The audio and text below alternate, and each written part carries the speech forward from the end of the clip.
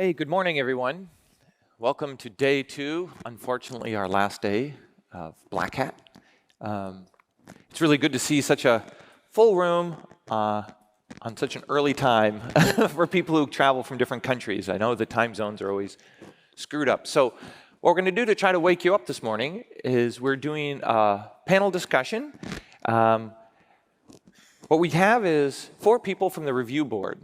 And the review board helps select the topics, helps select the talks that you see here. And in doing so, they have to read sometimes hundreds of submissions to decide what ends up getting put on stage. But in doing so, you have this privilege of seeing what a lot of researchers are working on. So you see a huge breadth of what people think is interesting, work that is interesting. You can see the direction, you can see the trends.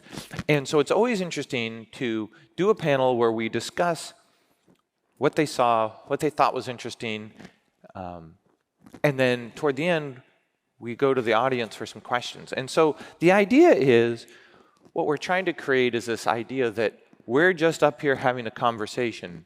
Now, normally we do this at the end of the day, and we're having drinks. If you drink.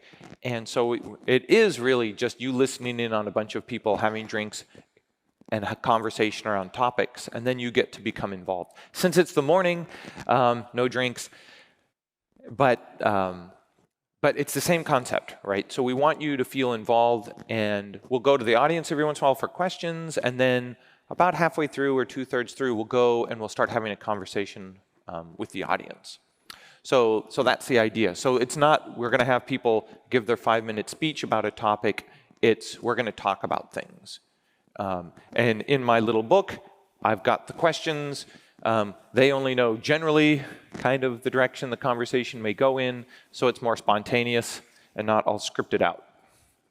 So with that said, I'm going to start calling up the panelists and give you just a little bit of teaser information about them. Okay, so first up, Asuka, security researcher, engineer for Elastic, based in Japan, and she's also the leader of the CTF for Girls in Japan. Asuka.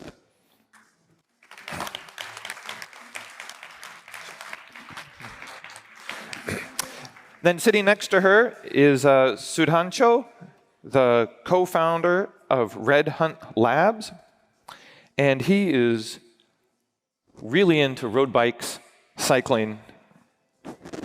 Come on up. Hey.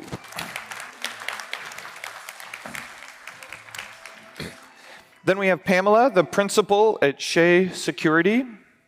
Now she is trying to combine 2 things that she loves: ham radio operations and horses.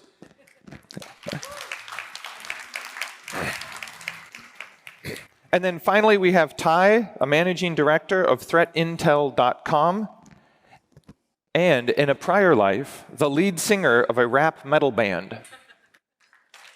No lie. All right. Well, hey, thanks, everybody. I promise to be kind of gentle. The idea has already been described to everybody in the audience, so I'm just going to jump in with the most obvious topic, which is also gives me some frustration: AI. Right? And when I hear AI, I hear algorithm, I hear automation. And so I'm old enough, I also hear expert system. I hear a lot of different things. And it's frustrating that ChatGPT has all the energy when there's a lot of other interesting AI work done. But how are you feeling about AI? Anybody excited? Right? Everybody is. Everybody's excited. So I'm less excited, I have to say. Ty is a little less excited. Yeah, a little bit less excited.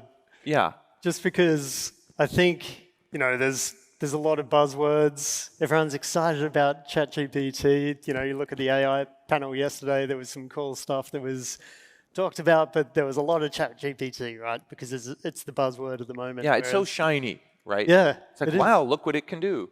Yeah. And it's approachable, I think, to the masses. Yeah, I just think that there's bigger problems than what AI is going to really deliver to help protect organizations in reality, right?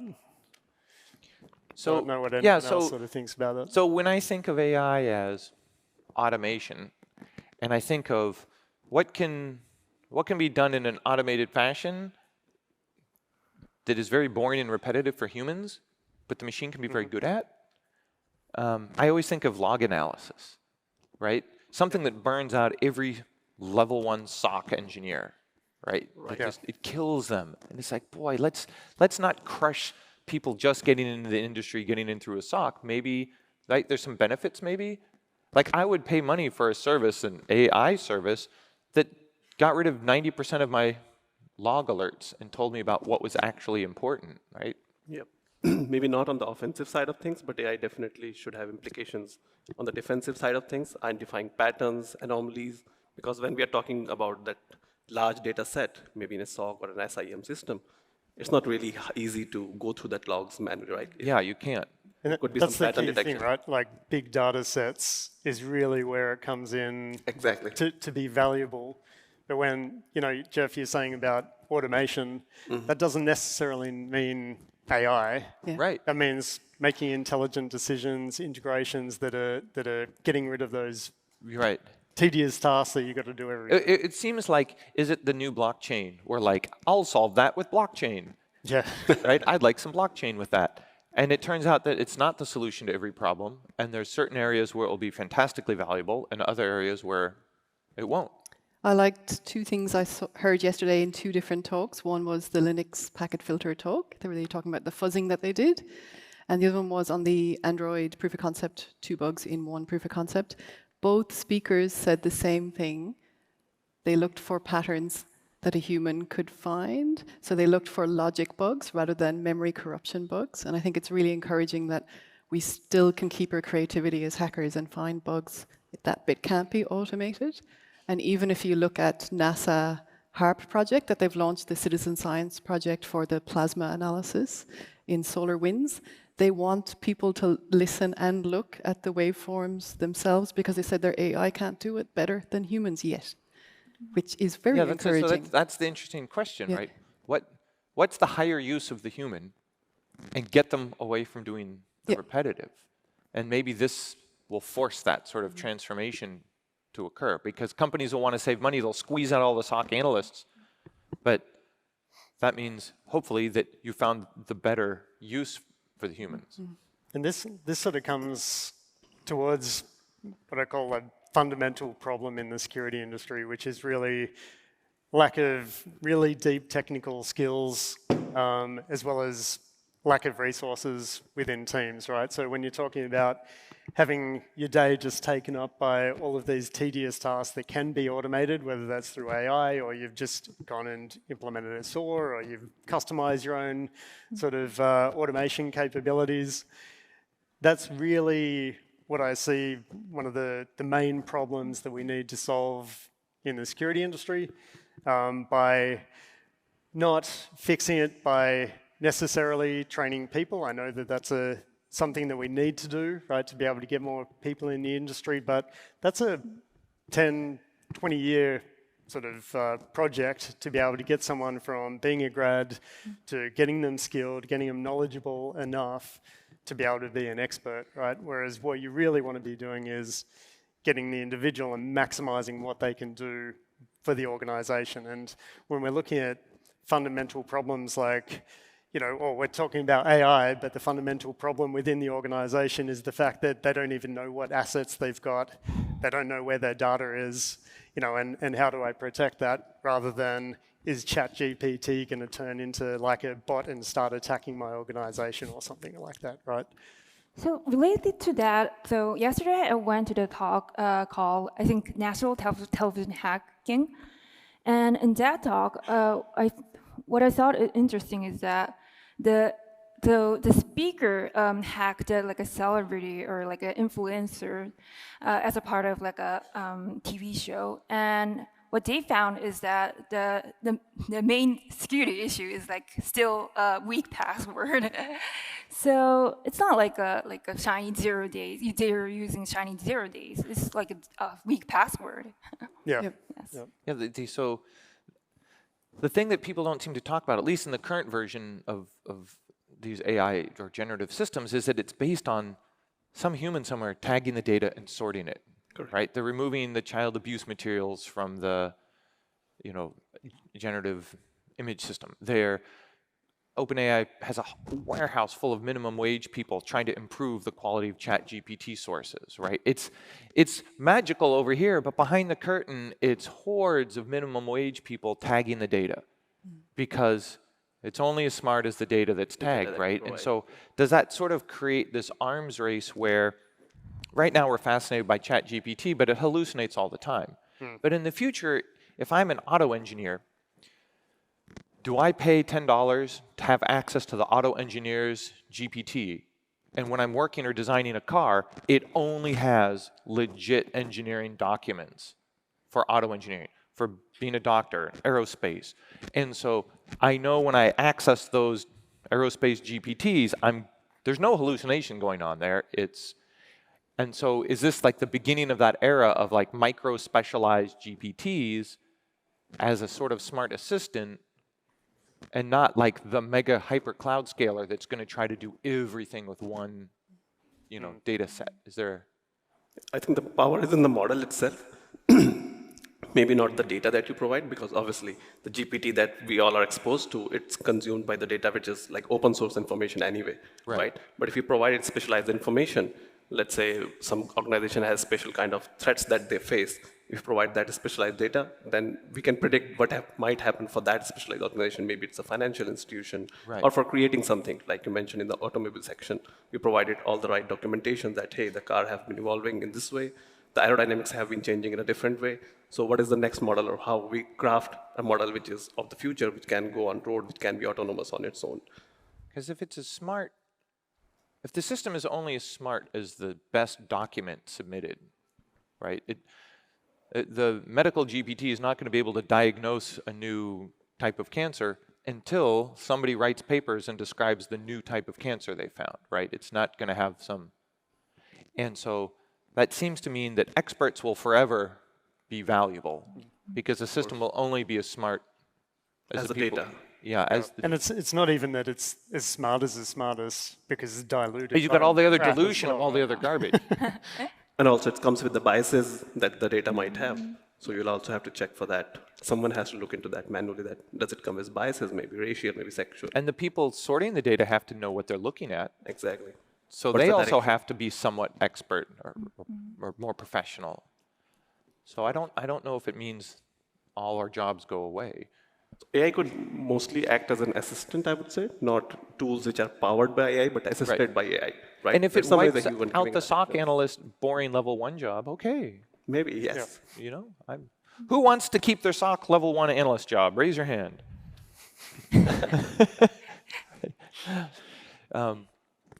So then that leads me to kind of a more generic question for everybody. Is data then the new oil? Do people start fighting over data, poisoning data sets, planting fake data to try to get, embarrass the competitor who references a fake art?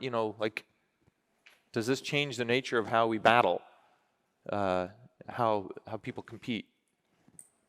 I think yesterday, on the panel talking about AI, they were talking about poisoning things like the data sets. I just don't think it's realistic. Yeah, it might happen to a degree, but it's the same with any security breach where, we can be talking about, encryption vulnerabilities and all of those sort of things, but in reality, they're getting to steal a malware leaks and just logging into your organization, right? They're not going and sort of manipulating the encrypted connections and whatever. And I think it's the same sort of thing with things like ChatGPT, or if it's poisoning data sets, where it's like, there's a lot easier ways to, embarrass your competitors than going down a poisoning technique. Whereas I just go and, set up a fake domain of theirs and just put a whole bunch of crap out or, put a whole bunch of junk out on social media, and that is much easier and less sort of complex, right? But isn't it similar to the supply chain risk that we face with like libraries and everything open source out there? So data is the supply chain for ChatGPT or tools like that, right? So if eventually for longer term someone can poison that data, maybe with fake information, and whatever we're expecting out of it is really critical in terms of maybe infrastructure or medical or aerospace or whatever it may be, then it can become a long-time real issue. But obviously, this is the kind of parallel we can draw from the supply chain as a risk. I want to go back to something Pamela said about what doesn't it do well, right? It probably doesn't understand the business logic of your company. Yep. It probably can't read facial expressions and decide that it's time to, console you. What else doesn't it do well that, you're not worried about? I'm not particularly worried about it automatically scanning and attacking and exploiting my network, because to me that sounds like fuzzing. And we've been dealing with people fuzzing for quite a while, right? There's the feedback loop that it needs to be trained. I'm not going to let it attack my system a million times. I'm going to block it. And if there's no bug in the mail server, there's nothing for it to exploit. And it will try until the end of days and boil the ocean trying to attack the mail server that maybe has no vulnerabilities. And so I'm curious how you think about that, or as a defender think about, I don't see a lot of like panic around, oh my God, the AI attack robot is coming. And maybe that's... Yeah, and I think what we were talking about earlier was it's going to be very helpful with defense, but I'll use the word yet in front of offense. We'll see where that goes, watch it, but I think the hacker culture has a good contribution to come. We're still going to be alive, still going to be looking at attacks from different angles, using our creativity. Yeah. As you said, creativity is the main keyword. Yes. Being a hacker, right? Yeah, yeah. You have to be creative if you want to be a hacker. Yeah. Which, currently, we don't think the AI chatbots and other places have that creativity as element. Maybe they have a lot of data, they can analyze it, they can predict some information out of it. Yeah. But the curiosity and the creativity part that we all as a hacker have, that is something which is still missing out there. So totally Can't take it away from us yet. I think we'll fight for it. This sort of brings me back to, when Jeff brought up about AI, and I was like, I'm less excited about that, just really from a offensive perspective, because, I'm not sure Skynet will come at some point, but, right now I don't think it's the main problem. And when you have a look at the presentations that, were presented yesterday and will be presented today, as well as Jeff said, we get a very unique benefit of being able to see all of the submissions that come through as well, which are awesome, by the way, even if you didn't get in. And one of the things that you just have to realize when you're looking at all of these attacks is that the actual attacks haven't changed much over the last 20 years. Yes, there's new exploits, and we're seeing great exploits and great attacks and research that are being presented at the conference. But when you look at real-world attacks, they're very opportunistic, financially motivated attackers for the large majority of things. But when you break down, even in the presentations we see, and I saw an awesome one yesterday that stood out, which was the OT lateral movement presentation, where basically it was breaking through chained OT devices into chained PLCs to be able to, force a bridge to smash down and ignore its sort of safety, limitations and things, right? Awesome concept, awesome presentation. But then when you have a look at the actual attacks, they're, FTP user format string, bug. There was a authentication hijack, and there was a buffer overflow, right? Simplifying his presentation massively, but at the end of the day, they're the same things that we've seen, over the last 2 decades. So when you start looking at the attacks that are actually happening, Yeah, so it's not inventing new classes of vulnerabilities. No, that's right. Like a new vulnerability comes out, and you see it massively get sprayed across the internet with a new exploit that's created, right? Like it's not AI that's going and sort of downloading massive amounts of software and automatically getting exploits and going and hitting the net.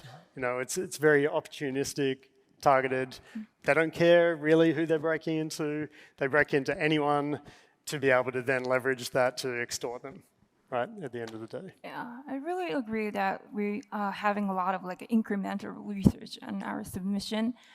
And like one thing I want to talk about related to ChatGPT is that like I'm also like, reviewing Black Hat USA, and I saw like a ChatGPT generated submission this year. Oh, yeah. Yes.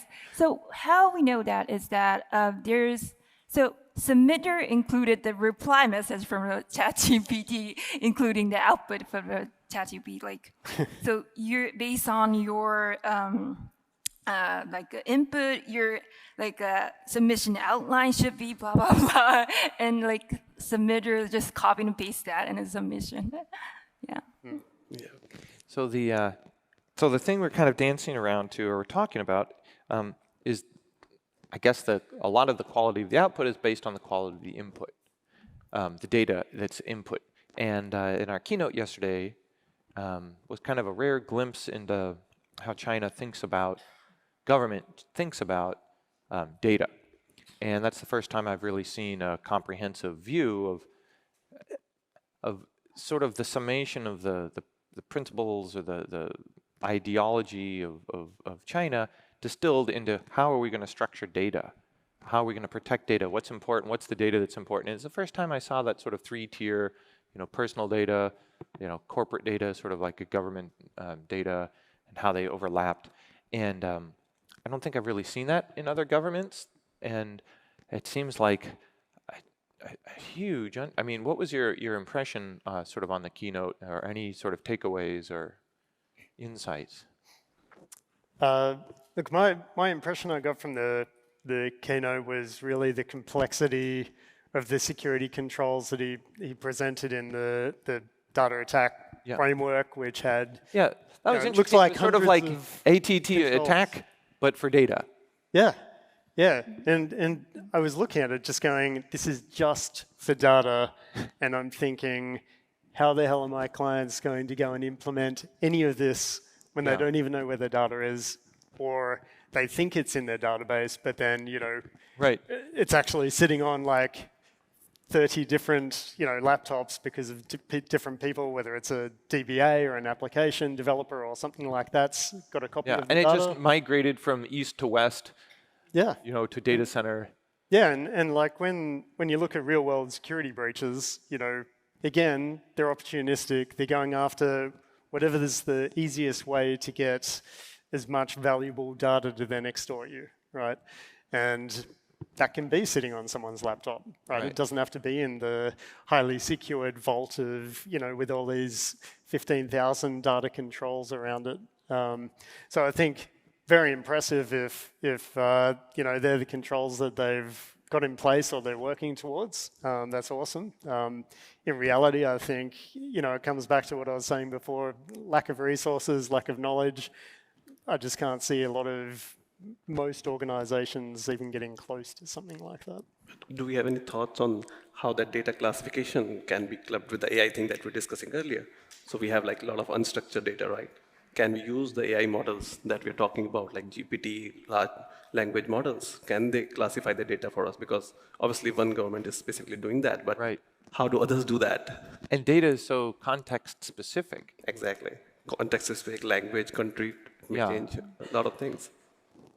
I think you had a point. Oh yeah. So related to that, so what I thought during listening to that keynote is that so data, before thinking about data security, we need to think more about the data is data machine readable or not, because for example. So before joining my current company, I was doing a lot of like one-day vulnerability research and related to IoT devices. And So for that research, I was like collecting a lot of release note of various vendors. And so what I found is that most of the release note is not machine readable. It's not XML, it's not JSON.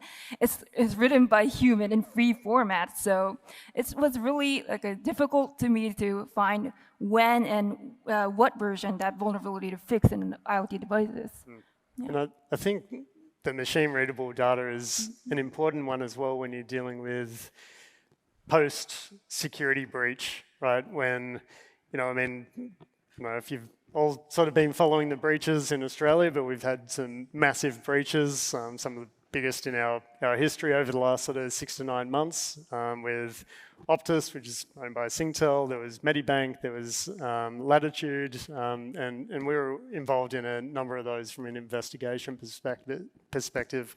And one of the things that post-investigation, when you start dealing with things like class action lawsuits that come off the back of that, is the data actually readable? Can someone with, basic knowledge get your 4 terabytes of data or whatever it is, download it and extract all of your personal information? Or, is it actually going to be too time consuming from a time or a CPU perspective, a knowledge perspective, to be able to potentially deserialize it or decrypt it, or even just, if it's in clear text, what percentage of people can actually go and extract the data out and revert it back into something that is going to impact the actual individuals, and how much, right? Is it going to impact them? Is it going to lead to identity theft? Is it going to be leading to sort of individual extortions? And that all comes into it as well from that readability. And that's not even talking about the data integrity aspects. Yeah. So there's this joke that there's 2 kinds of companies in the world: those that run SAP and those that don't. And the joke is because once you run SAP, right, you conform your company culture to SAP. Like, SAP does not bend to the will of the company. And it sounds like we're talking about that a little bit. Either we'll tag our data and make it machine readable, or you won't.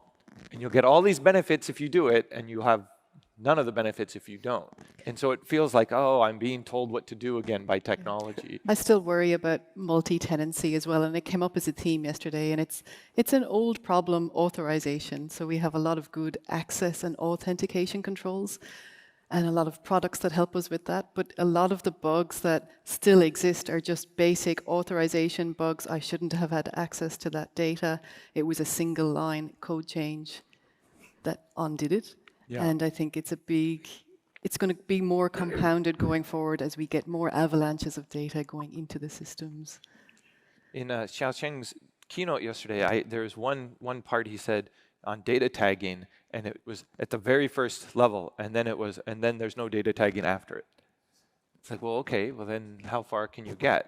And it seems like those are the problems, right? The nuts and bolts.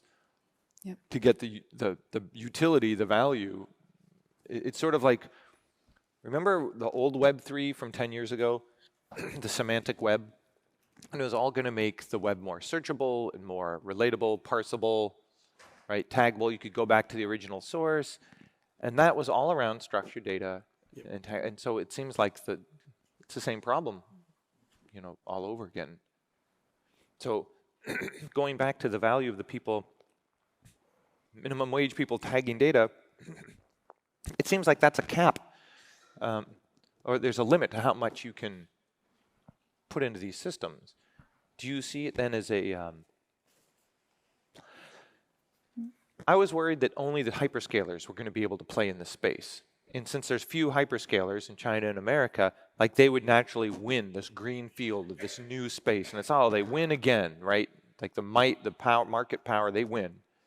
It's like, well, is that the case though? Or is it going to be like, well, the Automotive Association can create the data set, and then they win in that little area. Mm-hmm.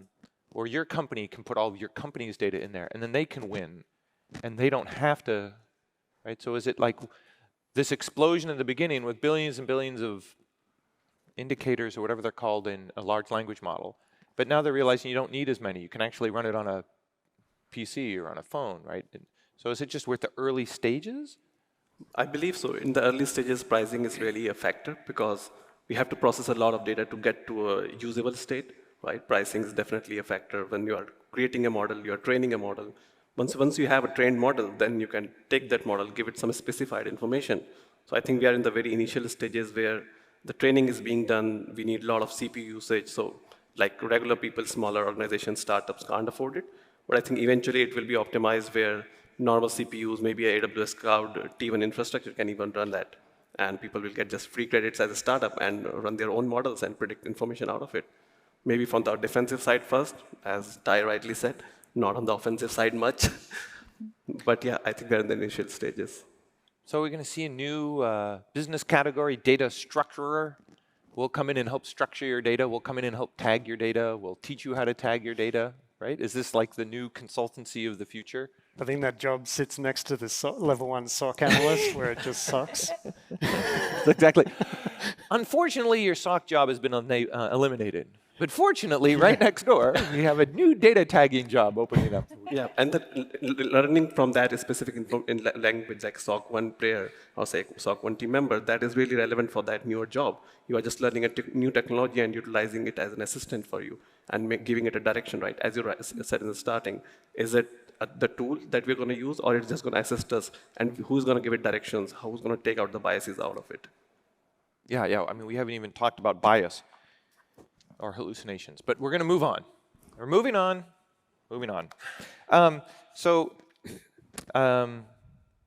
This is kind of maybe a little faster topic to explore a little bit. But a couple of years ago in London, when we did a closing lock note like this, I asked the audience, who in the audience, by show of hands, we'll do it now, ever used or uses a deception system? 1, 2, 3, 4 maybe? Yeah, 4. And at one point, there was over 30 deception vendors because that was the hot new thing. Hall of mirrors, kind of detect the bad guy. And where did it go? Why did it not take off? And so it's like, what other hot security ideas or businesses seemed like they were the next big thing, only to sort of disappear like deception? Now, there's still a couple consumers, but it was not the thing that people thought it was. And initially I joked earlier about, would you like some blockchain with that? And it's not quite solving the problem they thought. Can you think of any other issues that kind of came and went? With the deception thing, I think it's a great technology to be able to detect, breaches, right? Especially when, we deal with a lot of security breaches that we investigate, and a lot of the time they just don't see it, right? Because either they don't even have a level 1 SOC analyst to begin with, or the level 1 SOC analyst fell asleep and they missed it. But either way, they just didn't see it, right? So there's definitely, a value there for that deception technology. Just go, hey, red flag. I'm wondering if the engineers went and engineered and created a deception system. In reality, the market wanted a canary. Yeah. Was there sort of a mismatch there? Well, I think it just comes down to priorities, right? Same as what I was saying before. You're assuming that with deception technology that you're at a maturity level where you've got everything else sorted, and therefore you want to then start generating internal intelligence, right? Whereas a lot of organizations are still back here somewhere, and it might be in their roadmap down the track, and they're just spinning their wheels trying to get there. Some of the deception technology also, I think, got merged with the existing MSSP vendors. So as an individual service or as a product, it didn't win a lot. But as part of a larger portfolio where companies were providing a lot of things, maybe SIEM, SOC, SOAR systems, so they integrated that, acquired some of those technologies, just silently went away. But yeah, overall as a technology, canaries, I think, are the better option or an easier option to deploy and utilize because it gives the similar output. That makes me think, is there a limit to how many agents people are willing to run on their endpoints? And that's the constraint, right? No, I'll only run 3, so there could be 10 brilliant ideas, but you only, right? That's the limit on the on sort of the market innovation, and the people who can consolidate everything into one mega agent wins. So half joking, is the Metaverse going to be on this list in a year Yeah, or two? I was going to mention the Metaverse. That sort of just popped up, and everyone sort of suddenly, all the social feeds were all about Shopping, people doing, Metaverse stuff Yep. and whatever, and then it just sort of died away. And thankfully. where did that go? I Yeah, still where think did it's the energy go? The 40 billion that Facebook has spent on Yeah. it, where did the money go? In the sense that you would think you'd have more of a result. I think people who jumped on board early and started promoting it to try and be, getting in as In early. early, adopters of it, then started realizing how hard it is to actually implement it and Yeah. go and build, their own metaverse or whatever it is that they're trying to Did you do. remember it was Because all it's the quite talks complex. about the terrorists are organizing over chat on Minecraft or whatever. The terrorists are going to organize in Metaverse. It's like, no, they're just picking up the phone. Yeah. That's not so hard. But it seems like there was a whole spate of security-related Metaverse concern, panic. Look, I mean, I still think it's definitely going to be coming.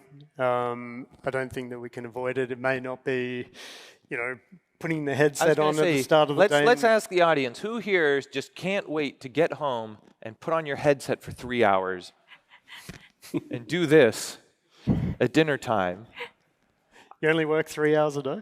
I mean, I always think of it more as an experiential thing. I'll sit down and go to the virtual concert with the surround sound and the 360 cameras. Like that telepresence concept really gets to me. But man, I already had my Second Life experience. I already spent my time running around muds and dungeons, and I don't know if I want to do that with a expensive headset. Yeah. I'm not sure the headset is the way to go. Yeah. But I do think that something a little bit more user-friendly than... I think that the killer app is going to be the augmented reality, right? The AR. I'm wearing my glasses. I look around and it says, "Don't forget it's her birthday next week. Don't forget, that guy's, hates you," kind of thing. I mean, that kind of awareness of your environment. There's the emergency exit. Oh, there's a fire alarm going off too. But I'm not carrying around the headset, and I wonder if there's a mismatch between the people who think we will, just like the people who thought we were going to pay for endless microtransactions and everything is an NFT and a blockchain, and it's so needlessly complicated. Is it sort of that feeling that we're going down? All the energy was Web3 and blockchain and everything, and now it's AI. Like, where did it go? But it was AI before, right? Yeah. And that's what they were sort of saying on the panel yesterday, was that it's been around for a long time, and it's sort of gone through waves of sort of buzz, maybe because, there were other buzzwords that are coming in the mix to sort of dilute it, or everyone got bored, or whatever it is. Yeah. There was one I saw where the AI researcher said, we totally expected to be here in a decade. And it just caught everybody off guard by, the breakthroughs, whether it's in computing power or... It's really hard to predict technology trends, I think, because as humans over the last 300 years, it's been exponential growth. So it's how do you predict exponential, even in AI. So I think we're seeing snippets of it, but who knows where it's going to go. It's just to really watch this space area, I think. Yeah, and we also had like a Second Life 10 years ago, I guess. So I really agree that's this wave. Yeah. There's a big difference between AI and automation, right? Like building intelligence to be able to automate tasks than having to rely on AI. I saw an article and they brought up a really good point, and it said, you've already been carrying around AI in your pocket if you have an iPhone for the last few years. It's auto-classifying your images while you sleep, it's making better photographs for you, but you don't see it and it doesn't have AI, iPhone now with AI.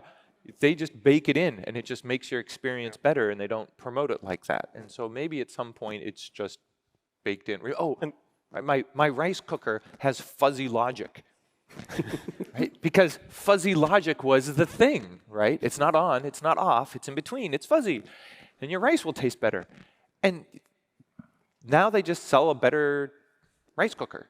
And they don't promote the fuzzy logic rice cooker. Or the neural network, that was the thing too.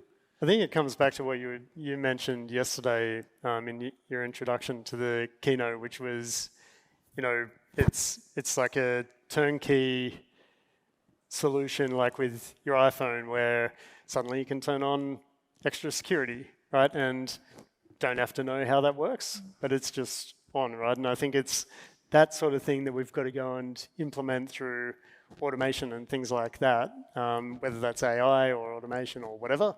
But just the turnkey switch on, don't need to know what's going on behind the scenes, so that the vast majority of either individuals like consumers or IT or security guys can just go and enable things, and suddenly we're secure, right? And I think that's the aim that we've got to try. I want to ask each one of you, or each one of you please answer. It's, do you think manufacturers then, because I've been saying this for a while, but manufacturers, those closest to a problem, to the problem, have the greatest responsibility in fixing the problem. So if you're, I don't know, Android, and you have people using your mobile devices in these high-risk communities, does Google bear the responsibility to make a more safe device?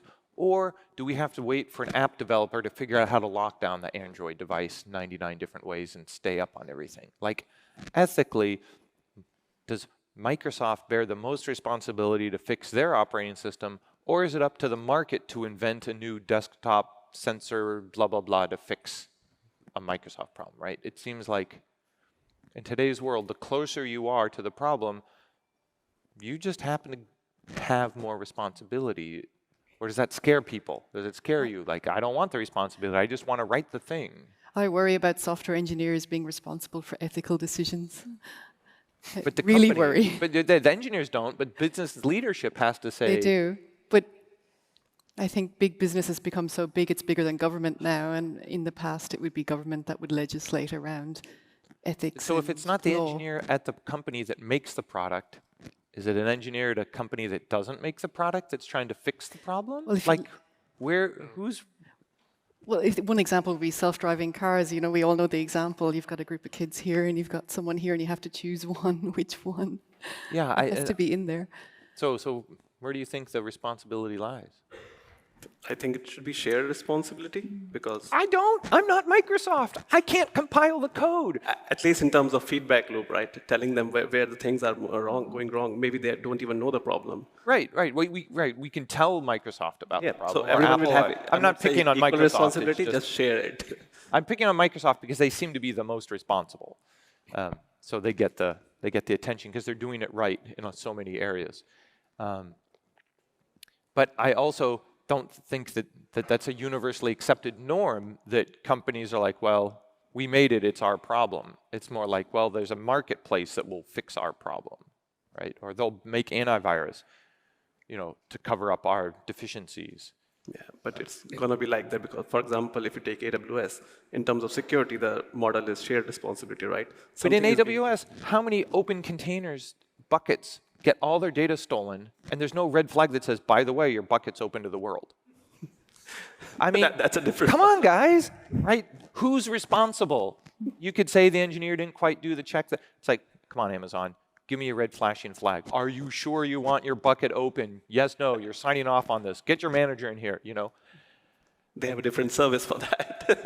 That's another paid service, right? Because they're not going to, yeah. Of course. But those implementation flaws are always going to be around, right? Because for decades, Amazon's had that implementation flaw. Yeah, like 100% agree with you with that.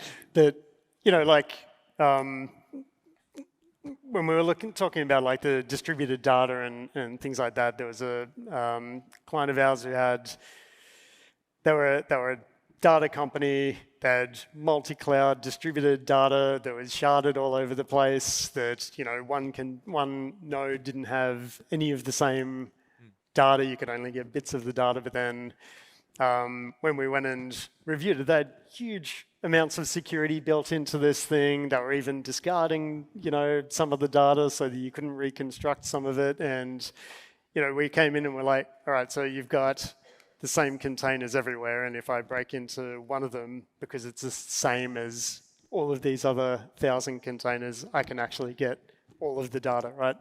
And that just blew their mind because it was such a simple thing to see that they've gone to They were all of this fixated effort, on but the then it's data and implementation yeah.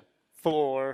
Again, just almost, it's not really a logic flaw, but just a human oversight, that leads to these things. And I mean, I talk about these magical turnkey sort of security things, but, you sort of look at Amazon and you look at Microsoft and Apple and all of the presentations that we're seeing throughout Black Hat, showing how many different ways we can break all of them, even with the latest, versions of some of these things. But if the trend is more Microsoft, Azure, whatever, 360, they fix a problem, it fixes it for everybody who's a tenant of theirs. GitHub tells you when you're going to accidentally publish a secret. It seems like maybe we can create a norm where it's like, well, you can see what everybody's making. Amazon can see all the open buckets and send an alert. Hey, bucket's still open to the world on your weekly dashboard or whatever. Like if we can create that norm, it seems like that might actually do more good than inventing the next, I don't know, neural network AI blockchain NFT, because you're actually solving and moving the needle. But it's not maybe sexy, but it's useful, and it all comes from a company saying, well, we're in a unique position to make a change, to move the needle. That's fine for the giants, right? But what about the other 100 million companies that are not giants, and it's their responsibility to protect their data? Yeah. I mean, if you're Salesforce, and you probably have some responsibility, it just seems like you want that people entering the market to feel like, it's not an externality anymore. They have security teams, right? Yeah. And decent-sized security teams. Yeah. Right. But then for the majority of companies who don't. Okay, so let's shift to the next topic, which is a little maybe more controversial, but it's the Russian invasion of Ukraine and how that played out kind of digitally, maybe the ways we expected or didn't. But one of the things that I found most fascinating is we've all been inundated by movies for the last, 2-3 decades about the super intelligent AI attack thing that'll shut down all the power or the water or destroy everybody's phones. And so I was waiting for it to happen, and it didn't happen. And so talking to people in Ukraine about what's going on, it seemed like there was a big attack, then there's a lot of damage, but they recovered, the civil society, right? And they got really good at taking away the attack tools from Russia. So they used it, but then it got submitted to VirusTotal, or it got pushed out in an AV update or whatever. And things seemed to get progressively less effective. That was really fascinating to watch. The other thing was just some of the fights occurring on Amazon and Azure, cloud space, multi-tenant. Like the civilians are now the terrain, right? The battlefield. That seemed new. And finally, the thing that I found fascinating was civilians on their own accord sort of imposing their own sanctions and just saying, you know what, we don't want to do business. Like the people who don't do business in Russia anymore, they voluntarily stopped selling beer or whatever. Some cloud providers said, we're not taking any more Russian customers, or MongoDB in their community said, hey, everybody, migrate your projects out if you're in Russia. In 6 months, we're shutting you down. Thank you very much. Go someplace else. Kind of in a friendly breakup. Have you seen anything that surprised you or anything that made you rethink the sort of version of cyber war, cyber Pearl Harbor that was the popular narrative for so long, and we're kind of at one, and it's not playing out like, that's not the movie I watched? Well, again, I think that presentation I referenced before around the OT deep lateral movement, and the intent was to disable the safety controls on physical devices. So, like you say, whether it's a bridge or if it's a water treatment or whatever it is, right? The complexity of actually carrying that out is not a job for AI. It's a very targeted attack that to be able to pull off in warfare. I mean, you're planning this sort of stuff, at scale years beforehand, not just sort of hitting the magic Skynet button and saying go, right? I think we were talking this morning about sanctions and how industry enforces sanctions according to what their government wants as well. But then it opens up decisions for open source software who accept contributors from countries that may be under sanctions, and who's in charge there? Do you accept the contributions? Do you not? Right. It kind of, that spirit of free, open world starts changing. It's like, sort of like civil society or companies get a vote. They can decide if they want to do business. And it was like years ago, long time ago, the Russian business network, this bulletproof hosting thing, so much badness was coming out of the RBN AS, Autonomous System Network, that eventually people just de-peered them, right? That wasn't government, that wasn't law enforcement, that was just the network providers de-peering. And it's like, yeah, there's acceptable use policies, there's, peering agreements, there's civil society might just decide, we're just going to cut off our routes. And maybe the governments want the routes up because they like spying on the traffic. Maybe they don't. Maybe, like, it seems like in a conflict where it's using civilian infrastructure, a new player's in town, the civilians. And they have different business logic than a government. And I remember talking to a government, asking them, like, what do you think about these sort of sanctions that people are doing? And the government was like, oh, we're really uncomfortable. Like, sanctions are our purview. That's what governments do. It's like, yeah, but a company can de-peer Russia, right? Oh, yeah, they can. We just haven't thought that through very much, right? So it is another era where the internet, the network is going to be different, right? The product category is going to be different. Now you might want to have tags. Like, if you thought data localization made your life complicated, and, were barriers to entry to small and medium businesses, wait until you have to deal with, like, sort of sanctions or routing or... No, I think as things keep getting worse from a cyber perspective,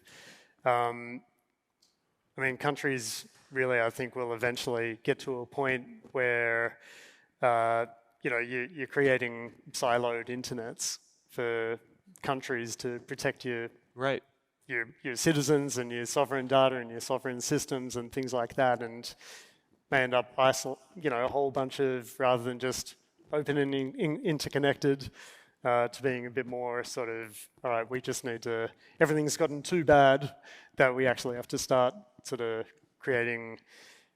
enforcing security, which then starts moving to some of the models that really, we don't want to go that path, right? It feels like that. Yeah, I think you're right that it started a sorting, sort of like, are you gonna continue connecting to Russia or doing business with Russia or not?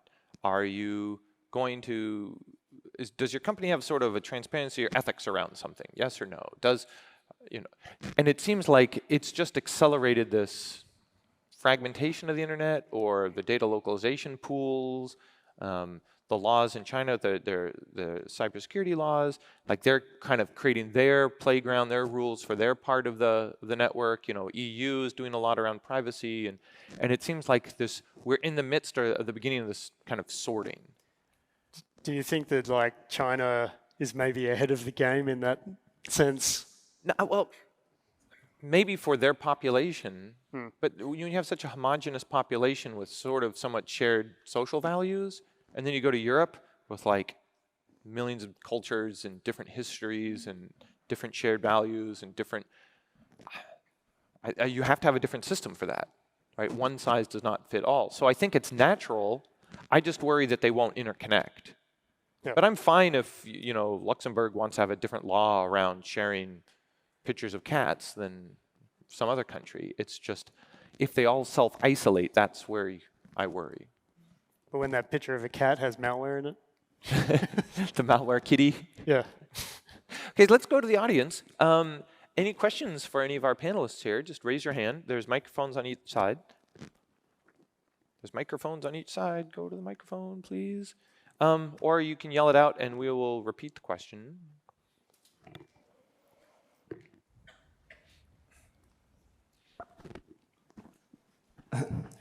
On the early topic you discussed about on the responsibility, whether it's the responsibility of the manufacturer for our security or the individual.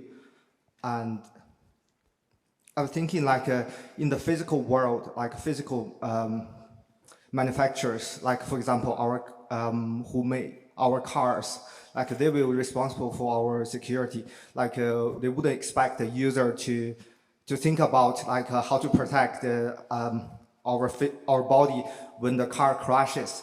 But like for the digital world, it seems like the user are partly responsible for it. We have to sign up those kind of like a waiver or stuffs. And also I was thinking like, is there a third party also responsible for that? Like for example, the government, the regulators also should take a responsibility for regulating what a manufacturer can do and can't do. So on that note, I want to ask, what make the cybersecurity industry so special that we have to have a separate industry for to take care of our security, and even thinking about how to improve our security? It's a really good analogy, comparing, the car's safety systems that are built by the manufacturer, if you compare it against not just an individual, but a company, right? And I think the difference is that companies are, they're making their own choices in terms of, all right, which airbag do I want? Which lock do I want? Which windscreen do I want? Which, tires do I want? And they're piecing it together. And as you say, they're individuals who aren't experts in cars or experts in all of these different technologies, and they're trying to do their best with the knowledge that they have, but they're picking really bad, like airbags or brakes or, what, and at the end of the day, they're crashing and burning, and I think, to come to your question, why do we need a cybersecurity industry for the IT industry? And it's because, at the end of the day, they are making the car themselves, and they're doing it badly. So unfortunately, we're running out of time. We're going to take one last question. For the review board, I just want to ask, what are the trends are you seeing from the submissions from last year to this year? And if anyone was thinking about submitting, what are some of the hot areas that you're seeing, or something that we might encourage people to submit about because perhaps there's a gap in the area? Yep. So personally, I saw a substantial increase since the last year. So in 2022, the submissions were somewhere around 209, I believe. But this year they grew to like 300 something. So that was a substantial increase. And one of the areas that I reviewed personally was community. And I saw a good number of talks being selected and being presented this year. Last year there were a couple of submissions, but unfortunately or fortunately, they were not part of the selected material. So community is something that we need to grow, because that is how we grow as a conference, as an event, as an industry as well.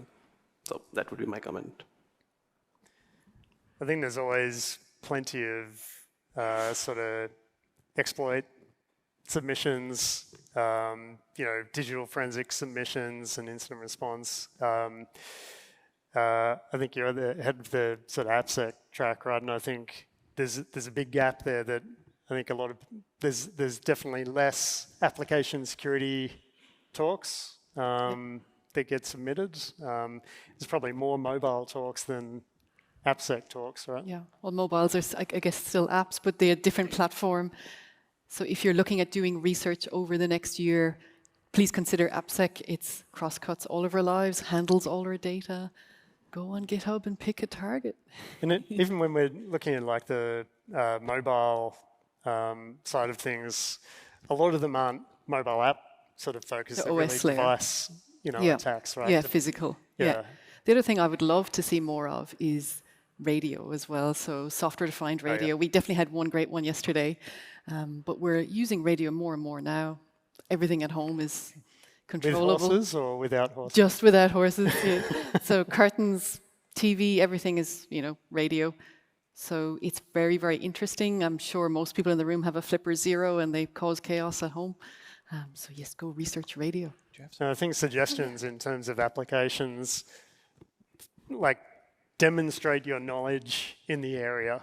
You know, if you don't come across as knowing your stuff and being able to get up on stage and be able to answer questions and really present your real deep knowledge in that area, if that doesn't come across in your submission, then, you know, as Jeff said, there's hundreds of submissions that we're looking at, and you have to make yours stand out.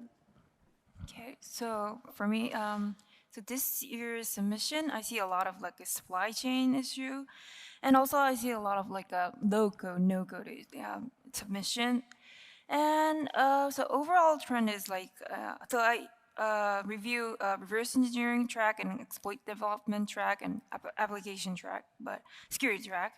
And it's like overall going like a more low layer, going more low, like a kernel, like a UEFI, and like a hardware. It's going deeper. Lower. Yeah, deeper, yes. One final piece of advice before we call this to a close is that, and I'll just use fuzzing as an example. Every year there's lots of talks on the new fuzzer that they've invented. And they're always interesting, and we always get to the point, and here's where they're going to tell us how their fuzzer compared against everybody else's fuzzer. And they're going to tell us the new things their fuzzer discovered that the other ones didn't. And you get to the part of the talk, and there is no section on that. They tell you how cool their fuzzer is and the 99 ways they engineered it, and it's like, great. And the new things you found that nobody else has found is missing from the talk. So now as an evaluator, like, well, is this a good fuzzer or a bad fuzzer? The engineering sounds cool, but did it actually do anything? Yep. And now you've got to get into a back and forth with the author. Well, what fuzzers did you test it against? Well, against what base? Like, do you think it's actually useful? Like, how long does it take to run? And you don't want to have that dialogue with the submitter, because that back and forth can take weeks and you're doing it with hundreds. It's like you have to put your best submission forward, and you have to think like a submitter, like, oh, another talk on Microsoft registry, whatever, security hacking. Great, there's a lot of those. Reference the other talks. This is not like these other Black Hat talks. This is not like these other fuzzing talks. And here's 3 references to show you that I actually know what the prior art is. But if there's no references to prior art, there's no references to prior talks, and they say that's just a great fuzzer. Yeah, it's really important to show where you fit into the literature. There's no research that stands out. It's all built on previous. So yeah, whose shoulders did you stand on? What inspired? Yeah, and so with that, you know, we really want to encourage you, even if you've never submitted or talked at a conference before. Like, it's really about your idea and your presentation. It's not what you look like or where you come from. So please submit and keep these folks busy. So with that said, thank you very much for coming to our session. I'll see you around the conference.